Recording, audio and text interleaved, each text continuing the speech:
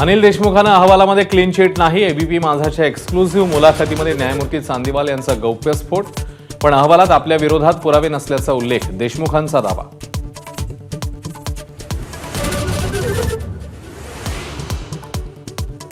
अनिल देशमुखांवरच्या 100 कोटींच्या वसुलीच्या आरोपांची सीबीआय चौकशी व्हायला हवी। चांदीवाल यांच्या गौप्यस्फोटानंतर उपमुख्यमंत्री फडणवीसांची मागणी।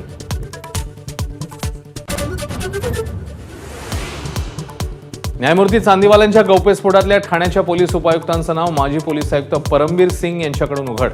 लक्ष्मीकांत पाटील हस्तक्षेप करत असल्याचा परमबीर सिंग यांचा दुजोरा।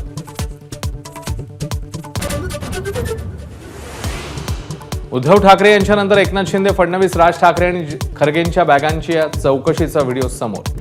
बॅगेमध्ये फक्त कपडे, शिंदेंचा उद्धव ठाकरेंना टोला।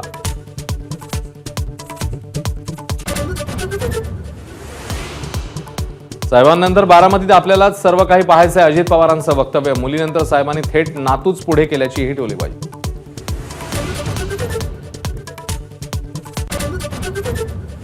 पहाटेच्या शपथविधीच्या दाव्यावरनं अजित पवारांचा युटर्न, बैठकीत अदानी उपस्थित नसल्याचा दावा। 50 खोके कुठून आले तुम्हीच ठरवा, उद्धव ठाकरेंचा हल्लाबोल।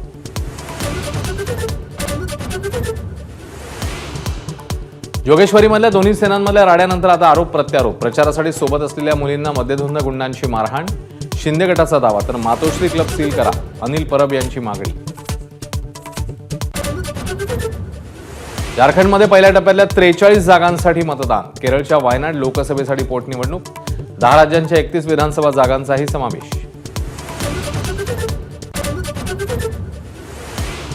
शेअर बाजार कोसळला, सेन्सेक्स आणि निफ्टीमध्ये मोठी घसरण। गुंतवणूकदारांचे तब्बल 8 लाख कोटी बुडाले। एबीपी माझा, उघडा डोळे बघा नीट।